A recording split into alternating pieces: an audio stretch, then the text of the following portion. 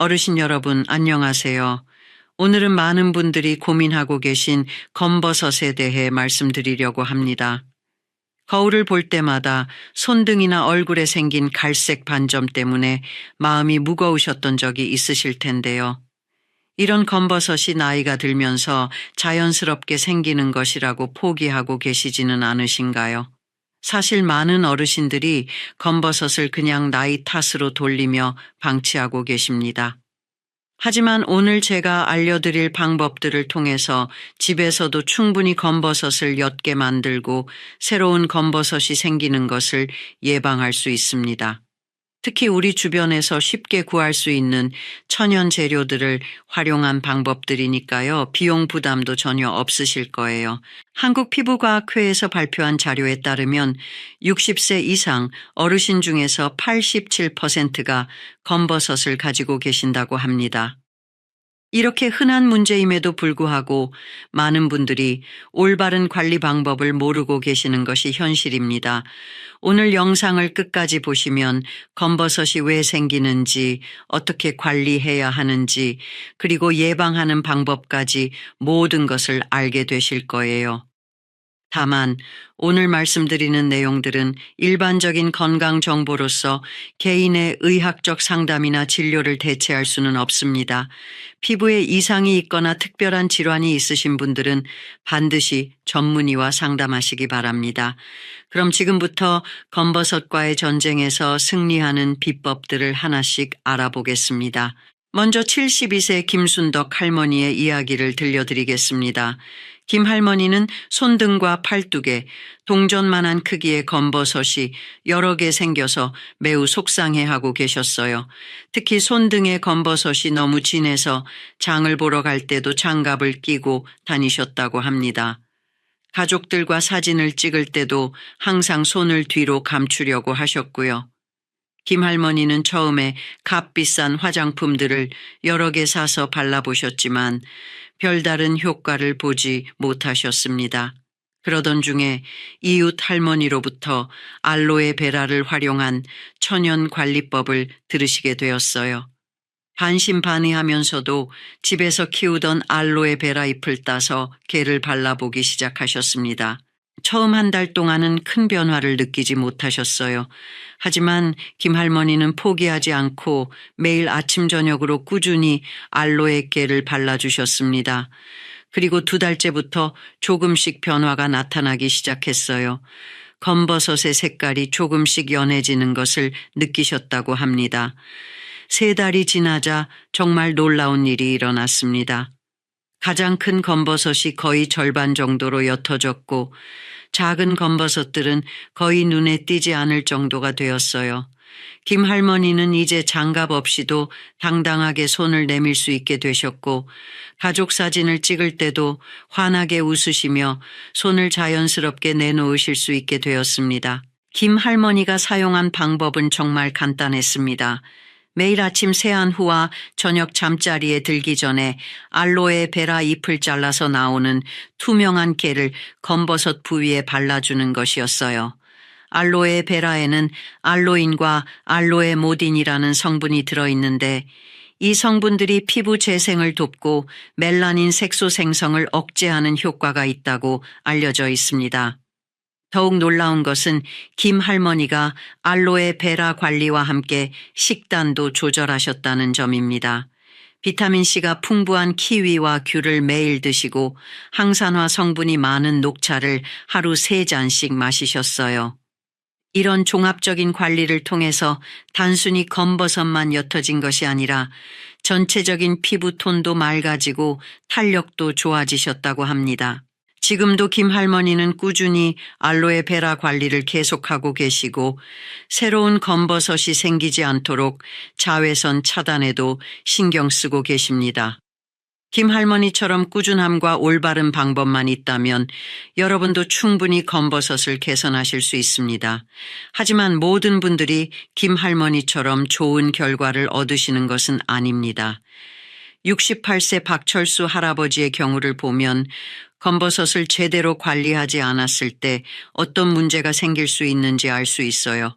박 할아버지는 얼굴과 손 등에 검버섯이 여러 개 생겼는데도 별로 신경 쓰지 않으셨습니다. 박 할아버지는 검버섯을 그냥 나이 반점이라고 생각하고 방치하셨어요. 자외선 차단제도 바르지 않으시고 모자나 긴 소매 옷도 잘 입지 않으셨습니다. 그러던 어느 날 얼굴의 검버섯 중 하나가 갑자기 크기가 커지고 모양이 불규칙하게 변하기 시작했어요. 처음에는 그냥 검버섯이 조금 커진 것이라고 생각하고 넘어가셨습니다. 하지만 몇 주가 지나면서 그 부위가 가렵고 따끔거리기 시작했어요. 가족들이 걱정해서 병원에 가보자고 했지만 박 할아버지는 대수롭지 않게 여기고 계속 미루셨습니다. 결국 몇 달 후에 그 부위에서 피가 나고 상처가 생기면서 참을 수 없을 정도가 되어서야 병원을 찾으셨어요. 의사 선생님의 진단 결과는 충격적이었습니다. 단순한 검버섯이 아니라 피부암의 전 단계인 광성악화증으로 발전한 것이었거든요. 다행히 조기에 발견해서 치료를 받을 수 있었지만 만약 더 늦었다면 악성 피부암으로 발전할 수도 있었던 상황이었습니다. 박 할아버지는 이후에 정기적으로 피부과 검진을 받고 계시고 자외선 차단과 피부 관리에 매우 신경 쓰고 계십니다. 박 할아버지의 사례에서 알 수 있듯이 검버섯을 단순히 미용상의 문제로만 생각해서는 안 됩니다. 때로는 더 심각한 피부 질환의 신호일 수 있기 때문이에요. 특히 검버섯의 크기나 모양, 색깔이 갑자기 변한다면 반드시 전문의와 상담을 받으셔야 합니다. 또한 박 할아버지처럼 자외선 차단을 소홀히 하면 기존의 검버섯이 더 진해지고 새로운 검버섯이 계속 생길 수 있습니다. 건강보험심사평가원의 통계에 따르면 피부암 환자 중에서 60세 이상이 차지하는 비율이 72%에 달한다고 합니다. 이는 오랜 기간 축적된 자외선 노출과 피부 노화가 주요 원인이라고 볼 수 있어요. 박 할아버지는 지금도 후회하고 계십니다. 만약 처음부터 검버섯 관리를 제대로 하고 정기검진을 받았다면 이런 일은 겪지 않았을 텐데 하고 말이에요. 여러분은 박 할아버지와 같은 실수를 하지 마시고 지금부터라도 올바른 검버섯 관리를 시작하시기 바랍니다. 검버섯 관리에서 가장 중요한 것은 조기 발견과 꾸준한 관리입니다. 매일 거울을 보실 때 자신의 피부 상태를 세심하게 관찰하시고 조금이라도 이상한 변화가 있다면 주저하지 마시고 전문의와 상담하세요. 이런 작은 관심과 노력이 여러분의 건강한 피부를 지키는 첫걸음이 됩니다. 이제 검버섯이 왜 생기는지, 우리 몸속에서는 어떤 변화가 일어나는지 자세히 알아보겠습니다. 검버섯은 의학적으로 지루각화증 또는 노인성 흑색점이라고 불립니다. 이름에서 알 수 있듯이 나이가 들면서 자연스럽게 나타나는 피부 변화 중 하나예요. 우리 피부에는 멜라닌이라는 색소를 만드는 멜라노사이트라는 세포가 있습니다. 젊을 때는 이 세포들이 고르게 분포되어 있고 멜라닌 생성도 균등하게 이루어져요. 하지만 나이가 들면서 오랜 기간 자외선에 노출되고 피부 세포의 재생 능력이 떨어지면서 멜라노사이트가 한 곳에 모여들게 됩니다. 이렇게 모여든 멜라노사이트들이 과도하게 멜라닌을 생성하면서 피부에 갈색이나 검은색 반점이 나타나는 것이 바로 검버섯입니다. 마치 오래된 벽지에 얼룩이 생기는 것과 비슷한 원리라고 생각하시면 이해하기 쉬우실 거예요. 검버섯이 주로 손등, 얼굴, 어깨 등 부위에 생기는 이유도 바로 이 때문입니다. 이런 부위들이 평생에 걸쳐 가장 많은 자외선에 노출되는 곳들이거든요. 세계보건기구에서 발표한 자료에 따르면 평생 받는 자외선의 80%가 18세 이전에 집중된다고 하는데 이때 받은 자외선 손상이 나이가 들어서 검버섯으로 나타나는 것입니다. 또한 검버섯 형성에는 활성산소도 큰 역할을 합니다. 우리 몸에서 자연스럽게 생성되는 활성산소는 세포를 손상시키고 노화를 촉진시켜요. 나이가 들면서 항산화 능력이 떨어지게 되면 활성산소로 인한 손상이 누적되어 검버섯이 생기기 쉬워집니다. 검버섯의 특징을 정확히 아는 것도 중요합니다. 일반적인 검버섯은 경계가 뚜렷하고 표면이 약간 융기되어 있으며 색깔은 연한 갈색부터 진한 검은색까지 다양해요. 크기도 몇 밀리미터에서 몇 센티미터까지 다양하게 나타납니다. 하지만 주의해야 할 점은 모든 갈색 반점이 단순한 검버섯은 아니라는 것입니다. 악성 흑색종이나 기저세포암 같은 피부암도 처음에는 검버섯과 비슷하게 보일 수 있거든요. 따라서 갑자기 크기가 커지거나 색깔이 진해지거나 모양이 불규칙해지거나 가렵거나 아픈 증상이 있다면 반드시 전문의 진료를 받으시기 바랍니다. 국내 한 대학병원에서 실시한 연구에 따르면 검버섯으로 병원을 찾은 환자 중에서 약 3%가 실제로는 피부암이었다고 합니다. 이는 결코 무시할 수 없는 비율이에요. 따라서 검버섯 관리도 중요하지만 정확한 진단을 위한 전문의 상담도 함께 받으시는 것이 좋습니다. 그럼 이제 본격적으로 검버섯을 관리하고 예방하는 방법들을 알아보겠습니다. 첫 번째 해결책은 천연 재료를 활용한 홈케어 방법입니다. 앞서 김순덕 할머니 사례에서 보셨듯이 알로에베라는 검버섯 관리에 매우 효과적인 천연 재료예요. 알로에베라를 사용하는 방법은 정말 간단합니다. 먼저 알로에베라 잎을 깨끗이 씻어서 가시 부분을 제거하고 반으로 갈라주세요. 그리고 안쪽에 투명한 겔 부분을 숟가락으로 긁어내서 검버섯 부위에 발라주시면 됩니다. 하루에 2번 아침 세안 후와 저녁 잠자리에 들기 전에 발라주시는 것이 좋아요. 알로에베라가 없으시다면 레몬과 꿀을 활용한 팩도 좋은 방법입니다. 신선한 레몬 반 개의 즙을 짜서 천연꿀 1스푼과 섞어주세요.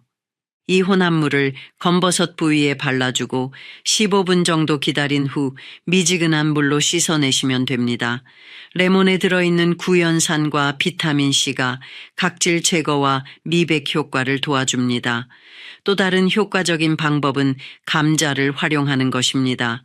신선한 감자를 얇게 썰어서 검버섯 부위에 올려두고 10분 정도 기다린 후 제거해 주세요. 감자에 들어있는 비타민C와 전분 성분이 피부 재생을 돕고 색소 침착을 완화시켜 줍니다. 이 방법은 특히 눈가나 입가 같은 민감한 부위에도 안전하게 사용할 수 있어요. 양파즙을 활용한 방법도 있습니다. 양파 하나를 갈아서 즙을 내고 이 즙을 면봉에 묻혀서 검버섯 부위에 살짝 발라주세요.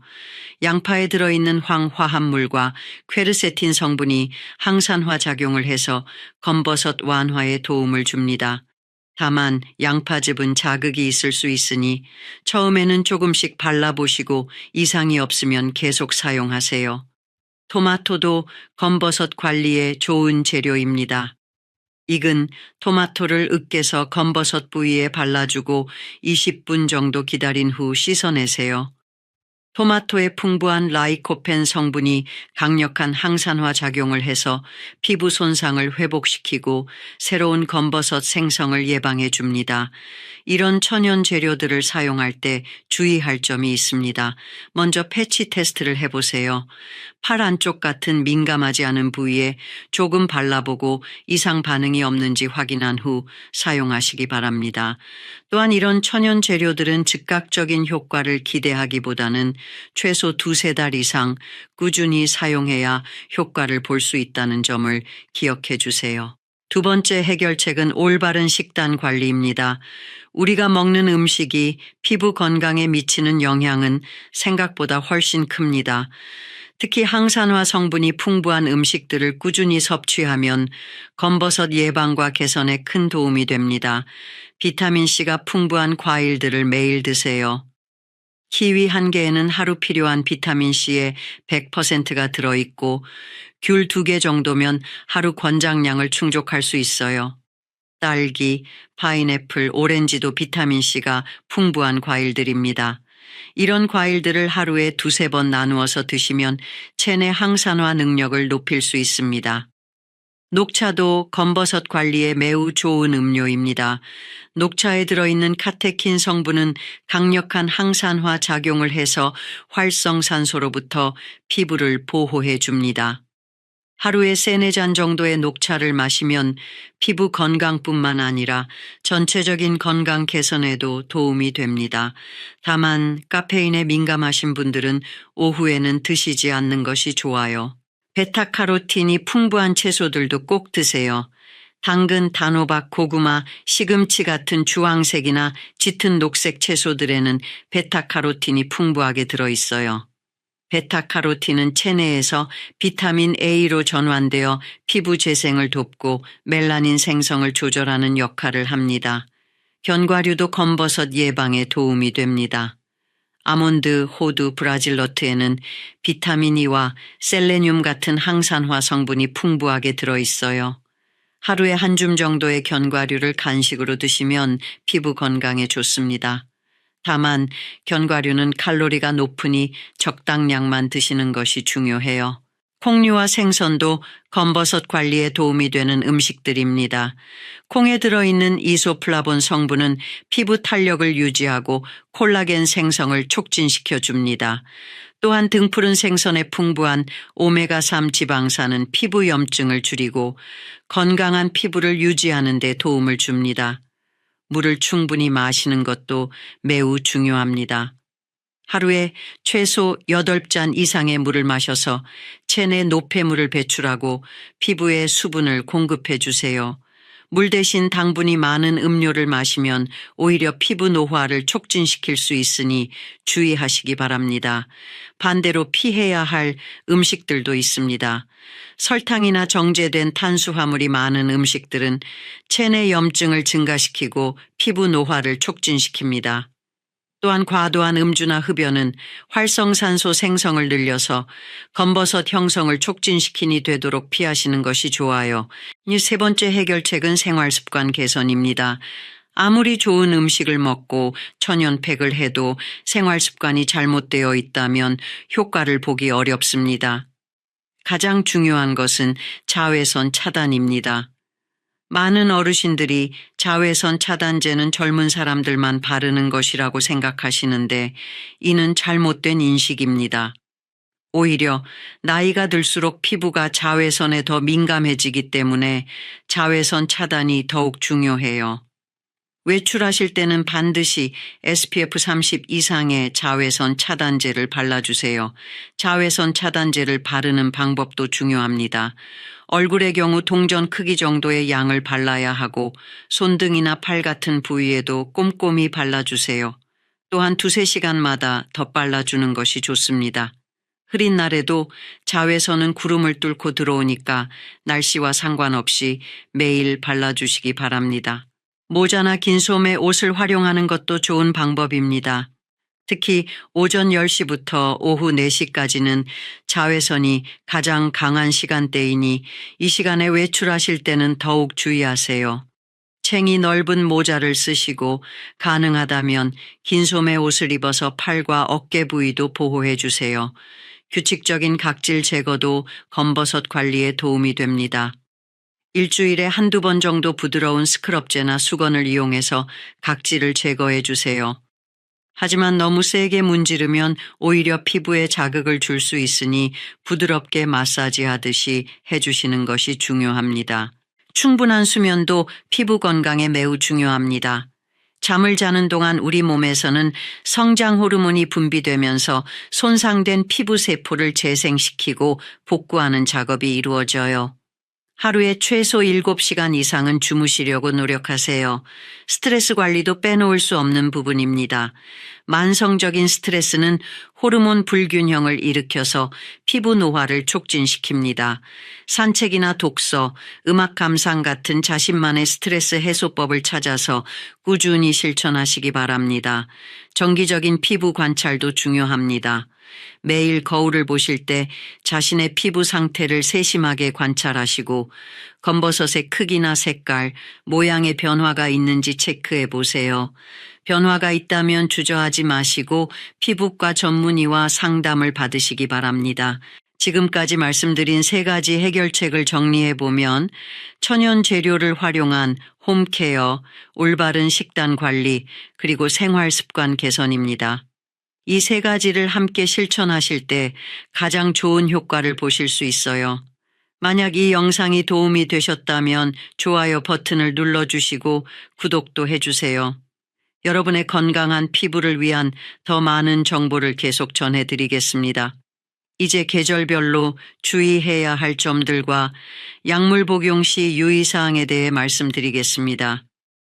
검버섯 관리는 계절에 따라 조금씩 다른 접근이 필요해요. 먼저 봄철에는 자외선 양이 급격히 증가하는 시기이므로 자외선 차단에 특별히 신경 써야 합니다. 봄에는 꽃가루나 미세먼지 때문에 피부가 예민해지기 쉬워요. 이런 외부 자극 물질들이 피부에 염증을 일으키면 검버섯이 더 진해질 수 있습니다. 외출 후에는 반드시 깨끗하게 세안하시고 순한 보습제를 발라서 피부 장벽을 강화해 주세요. 또한 봄철에는 신진대사가 활발해지므로 앞서 말씀드린 천연팩들의 효과도 더 좋게 나타날 수 있어요. 여름철에는 강한 자외선과 높은 온도, 습도 때문에 피부 관리가 가장 까다로운 시기입니다. 땀을 많이 흘리면 자외선 차단제가 쉽게 지워지므로 자주 덧발라 주셔야 해요. 또한 에어컨 사용으로 인한 피부 건조도 주의해야 합니다. 여름에는 수분 공급에 특히 신경 쓰시고 차가운 알로에 겔을 사용하면 피부 진정 효과까지 함께 얻을 수 있습니다. 가을철에는 급격한 온도 변화와 건조한 공기 때문에 피부가 민감해지기 쉬워요. 이 시기에는 보습에 중점을 두고 관리하시는 것이 좋습니다. 각질이 많이 생기는 시기이므로 부드러운 각질 제거를 일주일에 2번 정도 해주시면 검버섯 관리에 도움이 됩니다. 또한 가을에는 비타민이 풍부한 제철 과일들을 많이 드시는 것도 좋은 방법이에요. 겨울철에는 춥고 건조한 날씨 때문에 피부 장벽이 약해지기 쉽습니다. 실내 난방으로 인한 건조함도 피부에 좋지 않아요. 겨울에는 보습력이 높은 크림을 사용하시고 실내 습도를 적절히 유지해 주세요. 또한 겨울에도 자외선 차단은 필수입니다. 눈에 반사된 자외선도 피부에 영향을 줄 수 있거든요. 약물을 복용하고 계신 분들은 특별히 주의해야 할 점들이 있습니다. 일부 약물들은 광감작성 반응을 일으켜서 자외선에 더 민감하게 만들 수 있어요. 특히 고혈압 약물 중 일부, 항생제, 소염진통제 등이 그런 경우가 있습니다. 혈압약을 드시는 분들 중에서 이뇨제 계열 약물을 복용하시는 경우 피부가 자외선에 더 민감해질 수 있어요. 따라서 평소보다 더 철저한 자외선 차단이 필요합니다. 또한 일부 항생제는 복용 기간 동안 피부가 햇빛에 쉽게 타고 색소 침착이 생기기 쉬우니 주의하셔야 해요. 당뇨병 약물을 복용하시는 분들도 피부 관리에 신경 써야 합니다. 당뇨병이 있으면 상처 치유가 늦어지고 감염 위험이 높아지므로 검버섯 부위를 긁거나 자극하지 않도록 주의하세요. 또한 혈당 조절이 잘 되지 않으면 피부 노화가 촉진될 수 있으니 약물 복용과 함께 식단 관리도 철저히 하시기 바랍니다. 아스피린이나 와파린 같은 혈액 희석제를 복용하시는 분들은 피부에 상처가 생겼을 때 출혈이 오래 지속될 수 있어요. 따라서 검버섯 부위를 관리할 때 너무 세게 문지르거나 자극적인 제품을 사용하지 마시고 부드럽게 관리해 주세요. 스테로이드 계열 약물을 장기간 복용하시는 분들은 피부가 얇아지고 상처 치유가 늦어질 수 있습니다. 이런 경우에는 천연 재료를 사용한 팩도 조심스럽게 적용하시고 처음에는 짧은 시간 동안만 사용해 보시기 바랍니다. 갑상선 약물을 복용하시는 분들도 주의가 필요해요. 갑상선 기능에 이상이 있으면 피부 재생 능력이 떨어지고 색소 침착이 쉽게 생길 수 있습니다. 따라서 약물 복용과 함께 꾸준한 피부 관리가 더욱 중요합니다. 어떤 약물이든 새로 복용을 시작하시거나 기존 약물을 변경하실 때는 담당 의사 선생님께 피부 관련 부작용에 대해 문의해 보세요. 또한 검버섯 관리를 위해 새로운 제품이나 방법을 시도하실 때도 복용 중인 약물과의 상호작용 가능성을 고려하시기 바랍니다. 특히 한약을 복용하시는 분들도 있으실 텐데 일부 한약재는 광감작성 반응을 일으킬 수 있어요. 당귀, 감초 등 일부 약재가 그런 경우인데 한약을 복용하시는 동안에는 자외선 차단에 더욱 신경 쓰시기 바랍니다. 이제 여러분들이 자주 궁금해하시는 질문들에 대해 답변 드리겠습니다. 첫 번째 질문은 검버섯이 완전히 없어질 수 있는지에 대한 것입니다. 안타깝게도 한번 생긴 검버섯을 완전히 없애는 것은 쉽지 않아요. 하지만 꾸준한 관리를 통해서 상당히 옅게 만들 수 있고 새로운 검버섯이 생기는 것을 예방할 수 있습니다. 의학적 치료법으로는 레이저 치료, 화학적 박피, 냉동 치료 등이 있지만 이런 방법들도 완전한 제거보다는 개선의 목적을 두고 있어요. 또한 치료 후에도 자외선 차단과 피부 관리를 소홀히 하면 다시 생길 수 있습니다. 따라서 치료와 함께 평생에 걸친 꾸준한 관리가 필요하다고 보시면 됩니다. 두 번째 질문은 검버섯과 기미의 차이에 대한 것입니다. 많은 분들이 이 둘을 혼동하시는데 실제로는 다른 피부 질환이에요. 기미는 주로 호르몬 변화에 의해 생기는 반면 검버섯은 나이와 자외선 노출에 의해 생깁니다. 기미는 경계가 불분명하고 넓은 면적에 나타나는 반면 검버섯은 경계가 뚜렷하고 개별적으로 나타나는 특징이 있어요. 또한 기미는 임신이나 폐경기처럼 호르몬 변화가 큰 시기에 주로 생기고 치료 후에도 호르몬 상태에 따라 재발할 수 있습니다. 반면 검버섯은 나이가 들면서 점진적으로 생기고 한번 생기면 자연적으로 없어지는 경우는 거의 없어요. 따라서 정확한 진단을 위해서는 피부과 전문의와 상담을 받아보시는 것이 좋습니다. 세 번째 질문은 검버섯이 유전되는지에 대한 것입니다. 검버섯 자체가 직접 유전되는 것은 아니지만 피부 타입이나 멜라닌 생성 능력 등은 유전적 영향을 받을 수 있어요. 부모님께서 검버섯이 많으셨다면 자녀도 검버섯이 생기기 쉬운 피부 타입일 가능성이 높습니다. 하지만 유전적 소인이 있다고 해서 반드시 검버섯이 생기는 것은 아니에요. 자외선 차단과 올바른 피부 관리를 통해서 충분히 예방할 수 있습니다. 오히려 가족력이 있으신 분들은 더 일찍부터 예방에 신경 쓰시면 검버섯 발생을 크게 줄일 수 있어요. 네 번째 질문은 검버섯에 좋다는 제품들이 정말 효과가 있는지에 대한 것입니다. 시중에는 검버섯 개선을 위한 다양한 화장품들이 나와 있어요. 이런 제품들 중에는 실제로 도움이 되는 것들도 있지만 과장된 광고를 하는 경우도 많습니다. 효과적인 성분으로는 하이드로퀴논, 트레티노인, 비타민C, 알파하이드록시산 등이 있어요. 하지만 이런 성분들은 농도가 높으면 피부 자극을 일으킬 수 있으므로 전문의와 상담 후 사용하시는 것이 좋습니다. 특히 하이드로퀴논은 장기간 사용하면 오히려 피부에 해로울 수 있으니 주의하셔야 해요. 제품을 선택하실 때는 성분을 꼼꼼히 확인하시고 자극적인 성분이 들어있지 않은지 살펴보세요.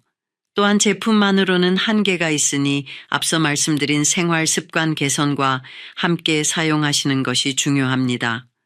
무엇보다 너무 빠른 효과를 기대하지 마시고 최소 2-3달은 꾸준히 사용해 보시기 바랍니다. 이제 여러분도 오늘부터 7일 동안 검버섯 관리 도전을 시작해 보세요. 첫째 날에는 집에 있는 알로에나 레몬으로 천연팩을 만들어 보시고 둘째 날부터는 비타민C가 풍부한 과일을 하루 2번씩 드세요.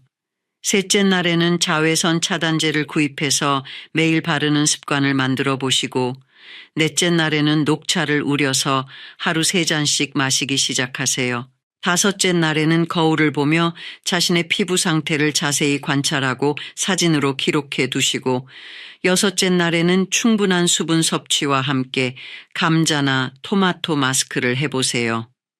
7째 날에는 한 주 동안의 변화를 점검하고 앞으로의 관리 계획을 세워보시기 바랍니다. 이렇게 7일만 실천해도 피부에 긍정적인 변화를 느끼실 수 있을 거예요. 감사합니다. 안녕하세요, 어르신 여러분. 오늘은 정말 중요한 이야기를 해드리려고 합니다. 혹시 요즘 소화가 잘 안 되시거나 등이 아프다며 나이 탓이라고 생각하고 계시지는 않나요? 많은 분들이 이런 증상을 단순히 나이가 들어서 생기는 자연스러운 현상이라고 여기고 넘어가십니다. 하지만 이런 증상들이 때로는 우리 몸이 보내는 매우 심각한 경고 신호일 수 있다는 사실을 아시나요? 특히 췌장암은 침묵의 살인자라고 불릴 만큼 초기에 발견하기 어려운 암입니다. 하지만 완전히 증상이 없는 것은 아닙니다. 오늘 제가 말씀드릴 5가지 초기 증상 중에서 2개 이상이 나타나신다면 반드시 병원에 가보셔야 합니다. 이 영상을 끝까지 보시면 여러분과 가족의 생명을 구할 수 있는 소중한 정보를 얻으실 수 있을 것입니다. 국가암 등록 통계에 따르면 2022년 한 해 동안 우리나라에서 췌장암으로 진단받은 환자는 8,900명에 달합니다. 더 충격적인 것은 췌장암의 5년 생존율이 겨우 13.4%에 불과하다는 점입니다. 이는 다른 암에 비해 매우 낮은 수치입니다. 하지만 조기에 발견하면 생존율이 크게 높아집니다. 1기 단계에서 발견된 췌장암의 5년 생존율은 40%까지 올라갑니다. 그렇다면 왜 이렇게 많은 분들이 췌장암을 늦게 발견하게 될까요? 바로 초기 증상을 나이 탓으로 돌리거나 다른 질병으로 오해하기 때문입니다. 오늘 이 영상을 통해 췌장암의 진짜 초기 증상들을 정확히 알아보시고 여러분의 건강을 지키는 데 도움이 되시기 바랍니다. 먼저 의료진으로서 말씀드리고 싶은 것은 오늘 제가 드리는 정보는 의학적 참고 자료일 뿐이며 정확한 진단과 치료는 반드시 의료 전문가와 상담하셔야 한다는 점입니다. 증상이 있으시다면 주저하지 마시고 병원을 방문하시기 바랍니다. 이제 실제 사례를 통해 췌장암이 얼마나 무서운 병인지 그리고 조기 발견이 얼마나 중요한지 말씀드리겠습니다. 경상도에 사시는 박모 할아버지는 올해 72세이십니다. 작년 가을부터 소화가 잘 안 되기 시작했습니다. 처음에는 나이가 들어서 그런가 보다 하고 대수롭지 않게 여겼습니다. 평소 건강하셨던 분이라 병원 가는 것을 꺼려 하셨거든요. 소화제를 사서 드시며 버티셨습니다. 하지만 시간이 지날수록 증상은 더 심해졌습니다. 식사 후에 명치 부근이 답답하고 무거운 느낌이 계속됐습니다.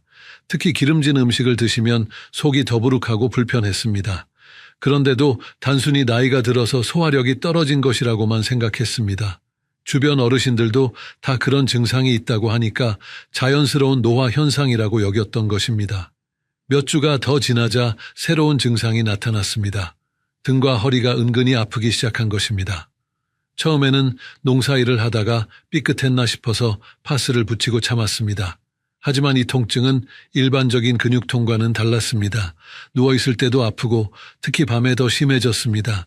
진통제를 먹어도 잘 듣지 않았습니다. 그러던 어느 날 아침 박 할아버지는 거울을 보다가 깜짝 놀랐습니다. 눈의 흰자위가 노랗게 변해 있었던 것입니다. 소변 색깔도 평소보다 훨씬 진했습니다. 이제야 뭔가 심각하다는 것을 느끼셨습니다.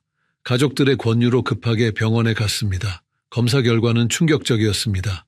췌장암 3기였습니다. 이미 주변 장기로 전이가 시작된 상태였습니다.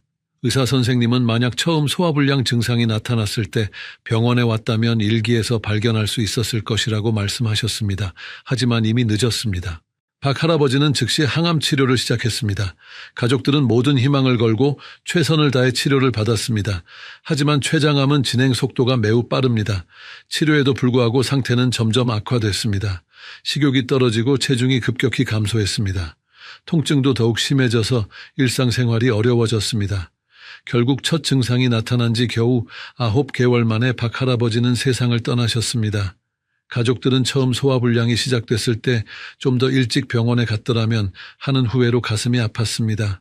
단순히 나이 탓이라고 넘겼던 그 증상들이 사실은 췌장암의 초기 신호였던 것입니다.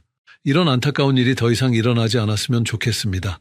그래서 오늘 이 영상을 준비했습니다.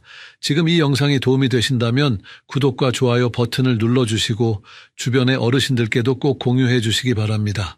하지만 반대로 조기에 발견해서 성공적으로 치료받으신 분의 사례도 있습니다.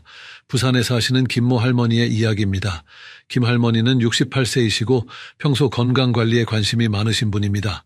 작년 봄부터 식후에 속이 더부룩한 증상이 나타나기 시작했습니다. 처음에는 나이가 들어서 그런가 보다 하고 넘어가려 했습니다. 하지만 며칠 더 지켜보니 증상이 계속됐습니다.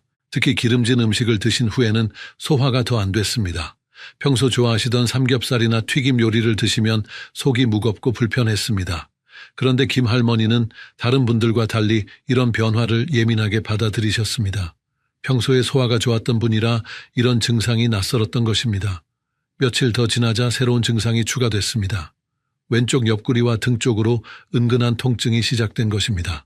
이 통증은 특별한 자세에서 더 심해지는 것 같았습니다. 앞으로 숙이거나 누웠을 때 더 아팠습니다.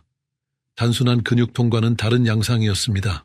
김 할머니는 이런 증상들이 며칠째 계속되자 걱정이 되기 시작했습니다. 인터넷으로 증상을 찾아보니 여러 가지 질병 가능성이 나왔습니다. 그중에 췌장염이나 췌장암도 있었습니다. 무서워지긴 했지만 정확한 진단을 받아보자고 마음먹었습니다. 김 할머니는 주저하지 않고 내과를 방문했습니다. 의사 선생님께 증상을 자세히 설명했습니다. 소화불량이 언제부터 시작됐는지, 어떤 음식을 먹을 때 더 심한지, 통증의 위치와 양상은 어떤지 구체적으로 말씀드렸습니다. 의사 선생님은 김 할머니의 증상을 듣고 혈액검사와 복부 초음파 검사를 권했습니다.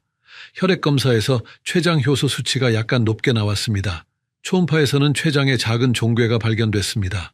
추가로 컴퓨터 단층 촬영과 자기 공명 영상 검사를 받았습니다. 검사 결과 췌장머리 부분에 작은 종양이 있다는 것이 확인됐습니다. 다행히 아직 크기가 작고 다른 곳으로 전이되지 않은 일기 상태였습니다. 의사 선생님은 수술이 가능하다고 말씀하셨습니다. 조기 발견의 힘이었습니다. 김 할머니는 곧바로 수술을 받았습니다. 췌12지장절 제술이라는 복잡한 수술이었지만 성공적으로 마쳤습니다. 병리 검사 결과 악성도가 낮은 췌장암으로 확인됐습니다. 다행히 림프절 전이는 없었습니다. 수술 후 김 할머니는 보조 항암 치료를 받았습니다. 처음에는 부작용 때문에 힘들었지만 가족들의 도움으로 잘 견뎌내셨습니다. 현재 수술 받은 지 1년이 넘었는데 재발 없이 건강하게 지내고 계십니다. 정기검진에서도 좋은 결과가 나오고 있습니다. 김 할머니는 지금도 말씀하십니다. 만약 그때 증상을 대수롭지 않게 넘겼다면 어떻게 됐을지 모른다고요. 조금이라도 이상하다 싶으면 병원에 가보는 것이 정말 중요하다고 강조하십니다. 나이 탓이라고 넘기지 말고 내 몸의 변화에 귀 기울이라고 조언하십니다. 이 두 사례의 차이점은 무엇일까요? 바로 증상에 대한 인식과 대처 방법이었습니다. 같은 증상이라도 어떻게 받아들이고 어떻게 행동하느냐에 따라 결과가 완전히 달라질 수 있습니다. 하지만 안타깝게도 많은 어르신들이 첫 번째 사례와 같은 길을 걷고 계십니다. 실제로 대한췌장담도학회의 연구에 따르면 췌장암 환자의 70% 이상이 진단 당시 이미 진행된 상태라고 합니다. 초기에 발견되는 경우는 30%도 되지 않습니다. 더욱 안타까운 것은 이런 늦은 발견이 단순히 증상이 없어서가 아니라는 점입니다. 증상은 있었지만 그것을 제대로 인식하지 못했거나 대수롭지 않게 여겼기 때문입니다. 특히 우리나라 어르신들은 병원 가는 것을 꺼려하시는 경우가 많습니다. 보건복지부 통계에 따르면 65세 이상 어르신들의 평균 병원 방문 횟수는 연간 18회로 다른 연령대에 비해 높지만 대부분 만성질환 관리를 위한 정기 방문입니다. 새로운 증상이 생겼을 때 적극적으로 병원을 찾는 비율은 상대적으로 낮습니다. 또 다른 문제는 췌장암 초기 증상들이 너무 흔한 증상들이라는 점입니다. 소화불량, 복통, 요통 등은 나이가 들면 누구나 한 번쯤 경험하는 증상들입니다. 그래서 대부분 나이 탓으로 돌리거나 단순한 소화기 질환으로 생각하게 됩니다. 실제로 한국소화기학회의 조사에 따르면 소화불량 증상을 경험한 60세 이상 성인 중에서 병원을 방문한 비율은 40%에 그쳤습니다. 나머지 60%는 자가 치료를 하거나 방치했습니다. 이런 안일한 대처가 때로는 생명을 위험에 빠뜨릴 수 있습니다. 그렇다면 췌장암은 왜 이렇게 발견하기 어려운 걸까요? 먼저 췌장의 위치부터 이해해 보겠습니다. 췌장은 우리 뱃속 깊숙한 곳에 위치해 있습니다. 위에 뒤쪽, 척추 앞쪽에 자리 잡고 있어서 다른 장기들에 둘러싸여 있습니다. 길이는 약 15cm 정도이고 무게는 80g 정도의 작은 장기입니다. 하지만 이 작은 장기가 우리 몸에서 하는 일은 매우 중요합니다. 췌장은 두 가지 중요한 기능을 합니다. 첫째는 소화효소를 만드는 것입니다. 탄수화물, 단백질, 지방을 소화시키는 효소들을 만들어서 십이지장으로 보냅니다. 둘째는 혈당을 조절하는 호르몬인 인슐린과 글루카곤을 만드는 것입니다. 췌장암이 생기면 이런 기능들이 점점 떨어집니다. 소화효소가 제대로 만들어지지 않으면 소화불량이 생깁니다. 특히 지방 소화가 잘 안 되면서 기름진 음식을 먹었을 때 속이 불편해집니다. 이것이 췌장암의 첫 번째 증상인 소화불량의 원리입니다. 또한 췌장에 종양이 생기면 주변 신경을 압박하게 됩니다. 췌장 주변에는 복강신경총이라는 중요한 신경다발이 있습니다. 종양이 이 신경을 누르면서 복부와 등 쪽으로 통증이 나타납니다. 이 통증은 일반적인 복통과는 다릅니다. 지속적이고 은근하며 자세를 바꿔도 잘 나아지지 않습니다. 췌장암이 더 진행되면 담관을 맞게 됩니다. 담관은 간에서 만들어진 담즙이 십이지장으로 가는 통로입니다. 췌장머리 부분에 생긴 종양이 이 담관을 압박하면 담즙이 제대로 흘러가지 못합니다.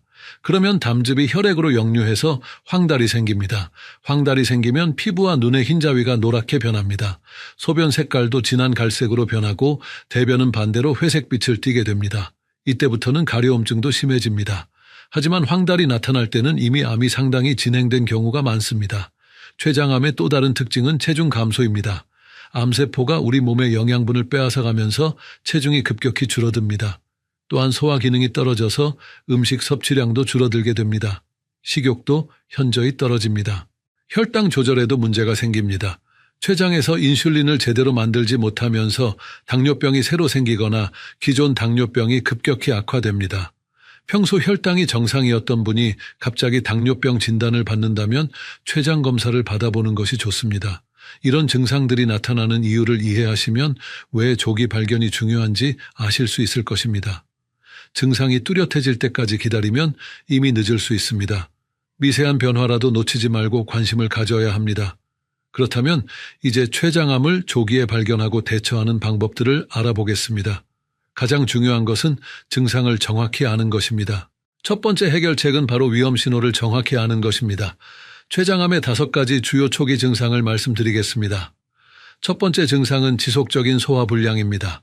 평소 소화가 잘 됐던 분이 갑자기 소화가 안 되기 시작한다면 주의해야 합니다. 특히 기름진 음식을 먹었을 때 속이 더부룩하고 무거운 느낌이 계속된다면 의심해 볼 필요가 있습니다. 이런 증상이 2주 이상 지속된다면 병원을 방문하시기 바랍니다. 일반적인 소화불량과 다른 점은 약을 먹어도 잘 낫지 않는다는 것입니다. 소화제를 드셔도 증상이 계속되고 식사량을 줄여도 불편함이 지속됩니다. 또한 특정 음식보다는 전반적으로 모든 음식에 대해 소화가 안 되는 경우가 많습니다.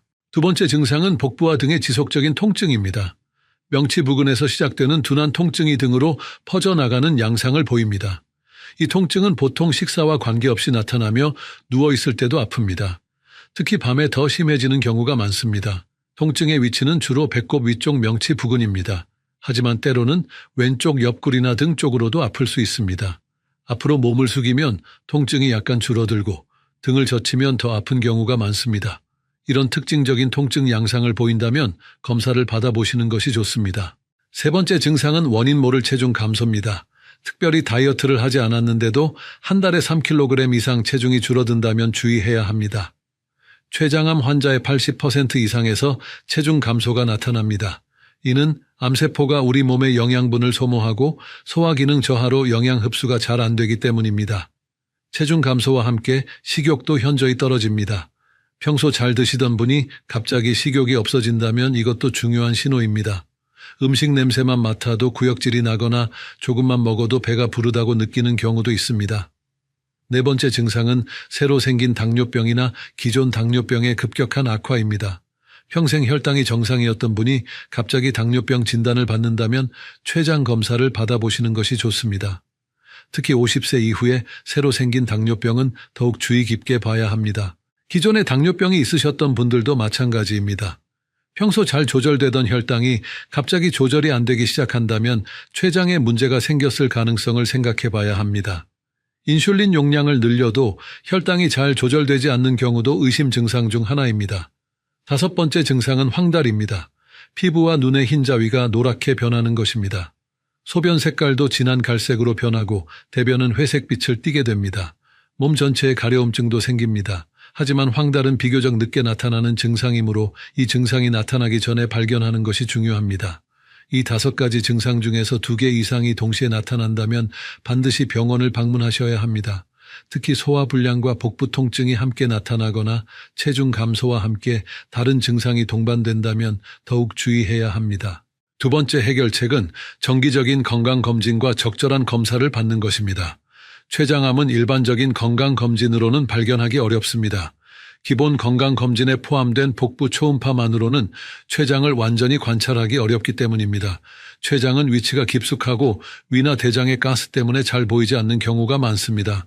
따라서 위험 요인이 있거나 의심 증상이 있다면 전문적인 검사를 받아야 합니다. 가장 기본적인 검사는 혈액 검사입니다.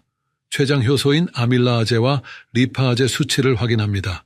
또한 종양 표지자인 CA-9라는 수치도 측정합니다. 이 수치가 높으면 췌장암을 의심해 볼 수 있습니다. 하지만 종양 표지자가 정상이라고 해서 췌장암이 아닌 것은 아닙니다. 초기 췌장암에서는 종양 표지자가 정상인 경우도 많습니다. 따라서 증상이 있다면 영상검사를 받아보는 것이 좋습니다. 가장 중요한 검사는 컴퓨터 단층 촬영입니다. 조영제를 사용한 복부 CT를 찍으면 췌장의 모양과 종양의 유무를 확인할 수 있습니다. 자기 공명 영상 검사도 도움이 됩니다. 특히 담관의 상태를 자세히 볼 수 있어서 유용합니다. 더 정확한 진단을 위해서는 내시경 초음파 검사를 받을 수도 있습니다. 이 검사는 내시경을 통해 12지장까지 들어가서 췌장을 가까이서 관찰하는 방법입니다. 작은 종양도 발견할 수 있어서 조기 진단에 매우 유용합니다. 만약 종양이 발견되면 조직 검사를 통해 정확한 진단을 받아야 합니다. 내시경 초음파를 하면서 동시에 세침 생검을 할 수 있습니다. 바늘을 이용해서 종양 조직을 조금 채취해서 현미경으로 검사하는 것입니다. 정기적인 검사가 중요한 이유는 췌장암이 매우 빠르게 진행되기 때문입니다. 1기에서 2기로 진행되는데 겨우 몇 개월밖에 걸리지 않습니다. 따라서 위험 요인이 있는 분들은 연에 한 번 정도는 전문적인 췌장 검사를 받아보시는 것이 좋습니다. 특히 가족력이 있거나 50세 이후에 당뇨병이 새로 생긴 분, 만성 췌장염이 있는 분, 흡연을 오래 하신 분들은 더욱 주의 깊게 검사를 받으셔야 합니다. 또한 헬리코박터 파일로리 감염이 있거나 비만한 분들도 위험도가 높습니다. 검사를 받을 때는 반드시 전문 의료진과 상담하시기 바랍니다. 증상을 정확히 설명하고 가족력이나 과거 병력도 자세히 말씀해 주세요. 이런 정보들이 정확한 진단에 매우 중요합니다. 3번째 해결책은 생활습관 개선을 통한 예방입니다. 췌장암을 완전히 예방할 수 있는 방법은 없지만 위험도를 줄일 수 있는 방법들은 있습니다. 가장 중요한 것은 금연입니다. 흡연은 췌장암의 가장 확실한 위험 요인 중 하나입니다. 흡연자는 비흡연자에 비해 췌장암 발생 위험이 2배에서 3배까지 높아집니다. 흡연이 췌장암을 일으키는 이유는 담배 속의 발암물질들이 혈액을 통해 췌장에 도달하기 때문입니다. 이 물질들이 췌장세포의 DNA를 손상시켜서 암을 유발합니다. 따라서 지금이라도 금연을 시작하시는 것이 중요합니다. 금연 후 5년이 지나면 췌장암 위험도가 상당히 줄어듭니다. 금연이 어려우시다면 금연 클리닉을 이용해 보시기 바랍니다. 전국 보건소에서 무료로 금연 상담과 치료를 받을 수 있습니다. 니코틴 패치나 금연 보조제도 도움이 됩니다. 가족들의 도움과 격려도 매우 중요합니다. 2번째로 중요한 것은 적절한 체중 관리입니다. 비만은 췌장암의 위험 요인 중 하나입니다. 체질량 지수가 30 이상인 비만한 분들은 정상 체중인 분들에 비해 췌장암 위험이 20% 정도 높습니다. 따라서 적절한 체중을 유지하는 것이 중요합니다. 체중 관리를 위해서는 균형 잡힌 식단과 규칙적인 운동이 필요합니다. 하루에 30분 이상 걷기나 가벼운 운동을 하시는 것이 좋습니다. 무리한 운동보다는 꾸준히 할 수 있는 운동을 선택하시기 바랍니다. 식습관도 매우 중요합니다. 기름진 음식과 가공육을 많이 드시면 췌장암 위험이 높아집니다. 반대로 신선한 채소와 과일을 많이 드시면 위험도가 줄어듭니다. 특히 브로콜리, 양배추, 시금치 같은 녹색 채소들이 도움이 됩니다. 음주도 절제하셔야 합니다. 과도한 음주는 만성 췌장염을 일으킬 수 있고 이는 췌장암의 위험 요인이 됩니다. 남성의 경우 하루에 소주 1잔, 여성의 경우 반잔 정도가 적당한 음주량입니다. 가능하면 금주하시는 것이 가장 좋습니다. 당뇨병이 있으신 분들은 혈당을 잘 조절하시는 것이 중요합니다. 혈당이 잘 조절되지 않으면 췌장에 지속적인 부담을 주게 됩니다. 정기적으로 병원을 방문해서 혈당 검사를 받고 의사 선생님의 지시에 따라 약물 치료를 받으시기 바랍니다. 스트레스 관리도 중요합니다. 만성적인 스트레스는 우리 몸의 면역 기능을 떨어뜨려서 암 발생 위험을 높일 수 있습니다. 충분한 수면을 취하고 취미 활동을 즐기며 가족이나 친구들과 좋은 시간을 보내시기 바랍니다. 정기적인 건강검진도 빼놓을 수 없습니다. 년에 한 번 이상은 기본 건강검진을 받으시고 위험 요인이 있다면 전문적인 췌장 검사도 받아보시기 바랍니다. 조기 발견이 생존율을 크게 높일 수 있습니다. 이런 생활 습관들을 지키시면 췌장암뿐만 아니라 다른 질병들도 예방할 수 있습니다. 건강한 생활 습관은 전반적인 건강 상태를 개선시켜 줍니다. 지금부터라도 차근차근 실천해 나가시기 바랍니다. 계절별로 주의해야 할 사항들도 있습니다. 특히 겨울철에는 활동량이 줄어들면서 체중이 증가하기 쉽습니다. 실내에서도 할 수 있는 간단한 운동을 꾸준히 하시는 것이 좋습니다. 스트레칭이나 제자리 걷기 같은 운동도 도움이 됩니다. 여름철에는 더위 때문에 식욕이 떨어질 수 있습니다. 하지만 영양 부족이 되지 않도록 균형 잡힌 식사를 하시는 것이 중요합니다. 차가운 음식만 드시지 마시고 따뜻한 음식도 적절히 드시기 바랍니다. 봄과 가을은 건강 관리하기 좋은 계절입니다. 날씨가 좋을 때 야외 활동을 늘리시고 신선한 제철 과일과 채소를 많이 드시기 바랍니다. 이런 작은 실천들이 모여서 큰 건강 효과를 가져옵니다.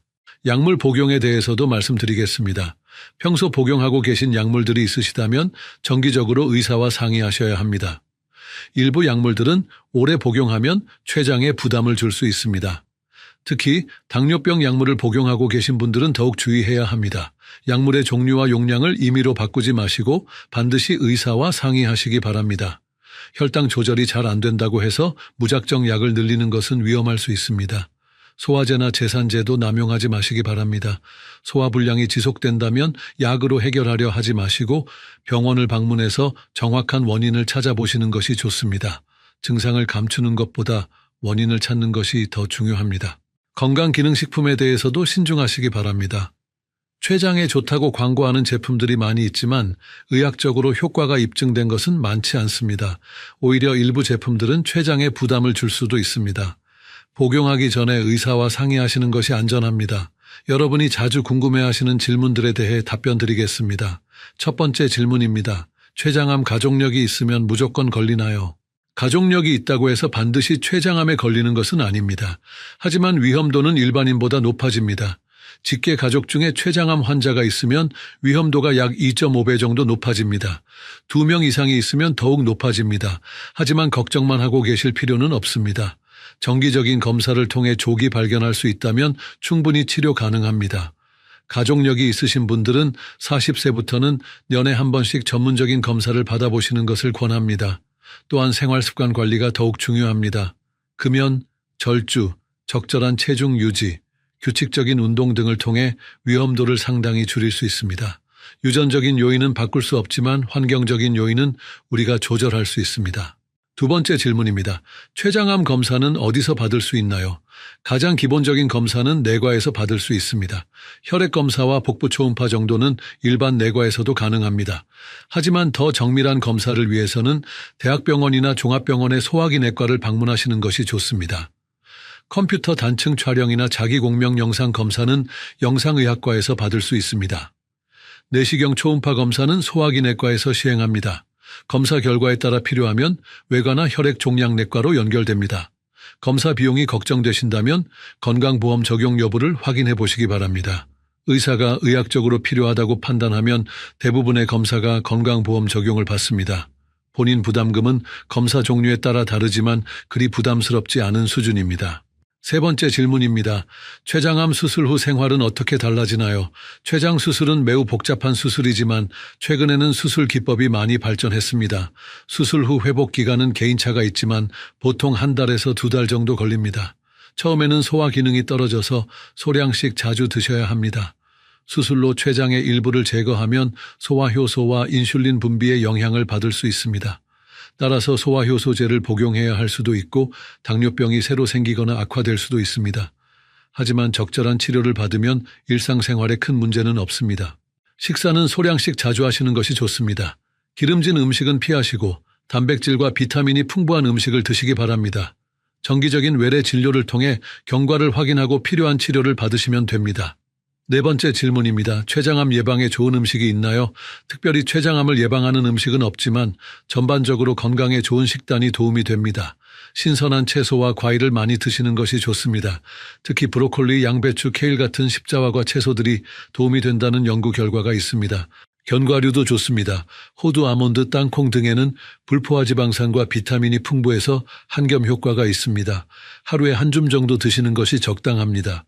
생선도 자주 드시기 바랍니다. 특히 등푸른 생선에는 오메가3 지방산이 풍부해서 염증을 줄여주는 효과가 있습니다.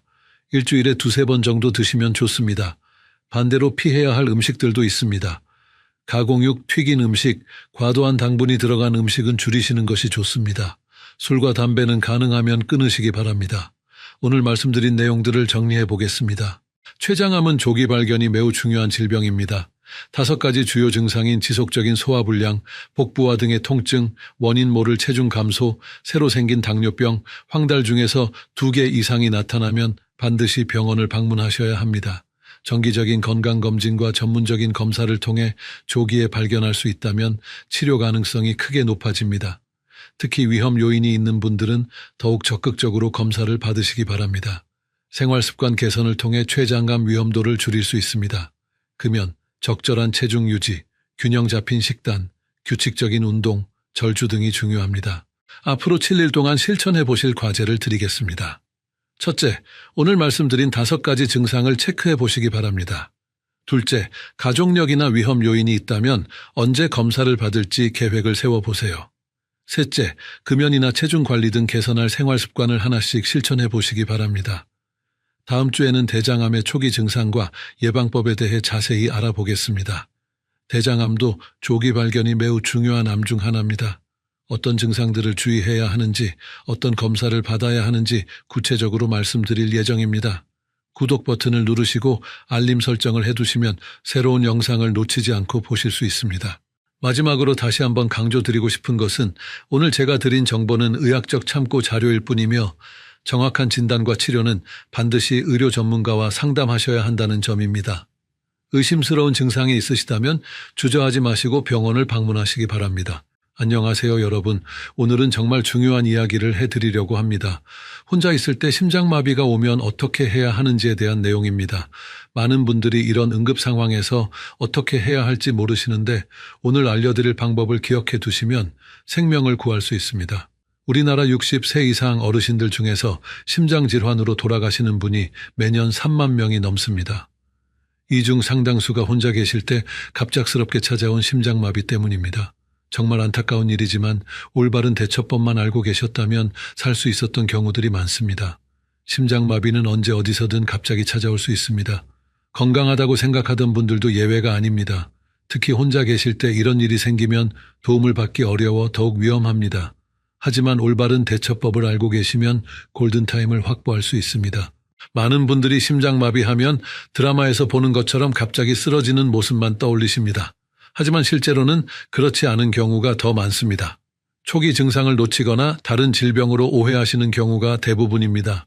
이 영상을 끝까지 보시면 심장마비 증상을 빠르게 알아차리는 방법과 혼자서도 할 수 있는 응급처치, 그리고 생존율을 높이는 핵심 행동들을 배우실 수 있습니다. 많은 분들의 생명을 구한 실제 사례들도 함께 들려드리겠습니다. 또한 계절별 주의사항과 평소 준비해야 할 것들까지 상세히 설명해 드리겠습니다.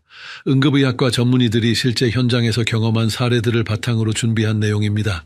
외국의 최신 연구 결과들도 함께 소개해 드릴 예정입니다. 이 정보들은 여러분의 소중한 생명을 지킬 수 있는 귀중한 지식이 될 것입니다. 먼저 중요한 말씀을 드리겠습니다. 저는 의료진이 아닌 일반인으로서 건강 정보를 전달하고 있습니다. 응급 상황에서는 반드시 구급차를 부르고 전문 의료진의 도움을 받으셔야 합니다. 이 내용은 교육 목적으로만 활용해 주시기 바랍니다. 개인의 건강 상태나 복용 중인 약물에 따라 대처법이 달라질 수 있으므로 평소 주치의와 상담 받으시기 바랍니다. 72세 김모 할아버지의 이야기부터 들려드리겠습니다. 김 할아버지는 평소 건강하다고 생각하셨습니다. 혈압도 정상이고 당뇨도 없으셨거든요. 정기검진에서도 특별한 이상이 없다고 들으셨습니다. 그래서 자신의 건강에 대해 자신감을 갖고 계셨습니다. 어느 날 오후 2시쯤이었습니다. 김 할아버지는 혼자 집에서 평소처럼 텔레비전을 보고 계셨습니다. 좋아하시는 드라마 재방송을 보며 편안한 시간을 보내고 계셨죠. 그런데 갑자기 가슴 한복판에 뭔가 무거운 것이 올려진 것 같은 느낌이 들었습니다. 처음에는 별로 신경 쓰지 않으셨습니다. 나이 들면 이런 일이 있을 수 있다고 생각하셨거든요. 하지만 몇 분이 지나자 통증이 점점 심해졌습니다. 마치 누군가 가슴을 꽉 쥐어짜는 것 같은 느낌이었습니다. 숨이 가빠지기 시작했고 입에 식은땀이 흘렀습니다. 김 할아버지는 처음에 체한 줄 알았습니다. 점심에 드신 음식이 잘못된 건 아닐까 생각하셨어요. 소화제를 찾아서 드셔볼까도 하셨습니다. 하지만 통증의 양상이 평소 소화불량과는 달랐습니다. 가슴 중앙에서 시작된 통증이 점점 넓어지고 있었습니다. 더 놀라운 것은 왼쪽 팔까지 저리기 시작한 것이었습니다. 처음에는 팔을 잘못 빼고 누워서 그런 줄 알았는데 계속 저렸습니다. 턱 아래쪽도 뭔가 이상한 느낌이 들었습니다. 이때서야 김 할아버지는 심상치 않다는 것을 깨달으셨습니다. 평소 건강 프로그램을 즐겨보시던 김 할아버지는 이런 증상들이 심장마비와 관련이 있다는 것을 기억해내셨습니다.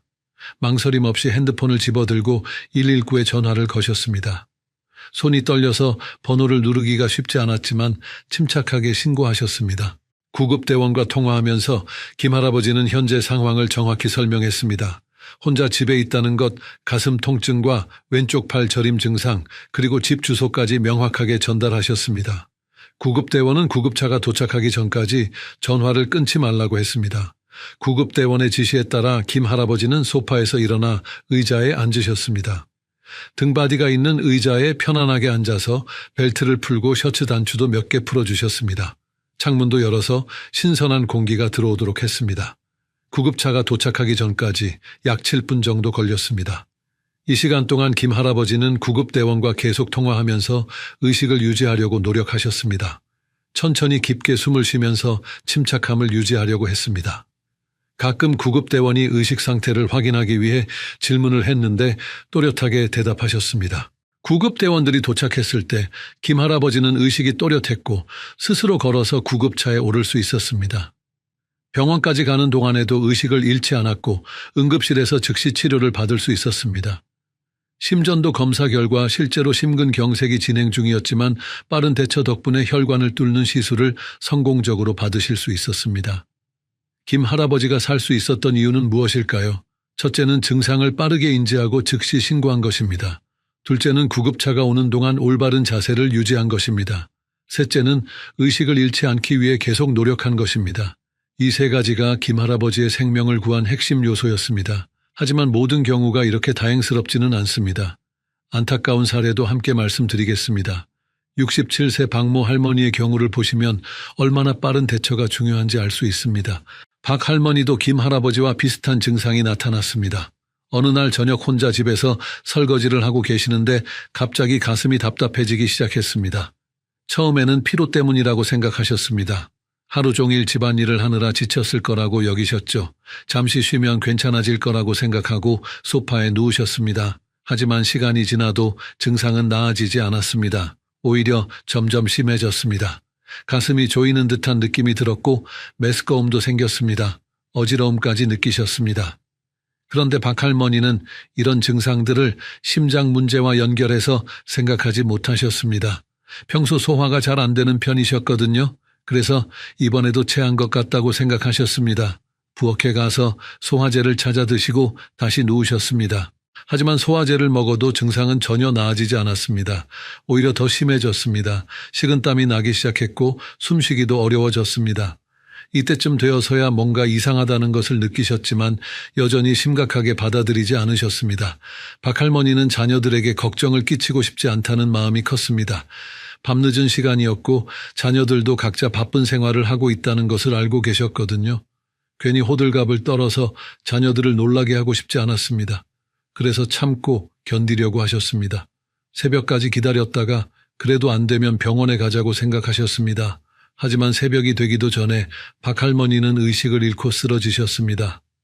다행히 아침에 안부를 확인하러 온 큰아들이 발견해서 병원으로 이송할 수 있었습니다. 하지만 너무 많은 시간이 지나버렸습니다. 심장 근육의 상당 부분이 이미 손상된 상태였습니다.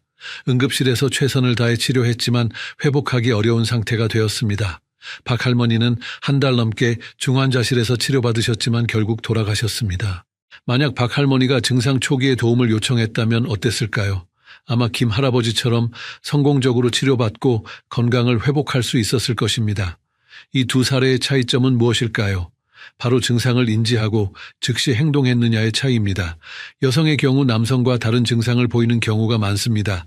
박 할머니처럼 가슴 통증보다는 소화불량이나 메스꺼움, 어지러움 같은 증상이 먼저 나타날 수 있습니다. 이런 증상들은 다른 질병으로 오해하기 쉬워서 더욱 위험합니다. 심장마비는 시간이 생명을 좌우하는 질환입니다. 의학적으로 골든타임이라고 부르는 시간이 있습니다. 이 시간 안에 적절한 치료를 받으면 생존율이 크게 높아집니다. 심장마비가 왜 위험한지 쉽게 설명해 드리겠습니다. 우리 심장은 온몸에 피를 보내는 펌프 역할을 합니다. 평소에는 1분에 60번에서 100번 정도 규칙적으로 뛰면서 전신에 산소와 영양분을 공급합니다. 이 펌프가 제대로 작동해야 우리가 살 수 있는 것입니다. 심장마비가 오면 이 펌프가 제대로 작동하지 않게 됩니다. 심장이 불규칙하게 뛰거나 아예 멈춰버리는 것입니다. 그러면 뇌와 다른 장기들이 산소를 공급받지 못하게 됩니다. 특히 뇌는 산소에 매우 민감한 장기입니다. 뇌는 우리 몸에서 산소를 가장 많이 소비하는 장기입니다. 전체 산소 소비량의 약 20%를 뇌가 사용합니다. 그런데 뇌는 산소를 저장해 둘 수 없는 구조입니다. 그래서 지속적으로 산소가 공급되어야 합니다. 뇌는 산소 없이는 3분에서 4분 정도밖에 버틸 수 없습니다. 이 시간이 지나면 뇌세포들이 죽기 시작합니다. 한번 죽은 뇌세포는 다시 살아나지 않습니다. 그래서 심장마비 후 4분 안에 심폐소생술을 시작해야 뇌사를 막을 수 있습니다. 미국 심장학회의 연구에 따르면 심장마비 후 시간이 1분 지날 때마다 생존율은 7%에서 10%씩 떨어집니다. 이것이 얼마나 빠른 속도인지 아시겠죠? 10분이 지나면 생존 가능성이 거의 없어집니다. 대한심장학회에 따르면 우리나라 심장마비 환자의 생존율은 약 8%에 불과합니다. 이는 미국의 12%나 일본의 14%보다 낮은 수치입니다. 하지만 적절한 응급처치를 받은 경우 생존율이 30%까지 올라갑니다. 이것이 바로 올바른 대처법을 아는 것이 얼마나 중요한지 보여주는 수치입니다. 같은 질병이라도 어떻게 대처하느냐에 따라 결과가 완전히 달라질 수 있습니다.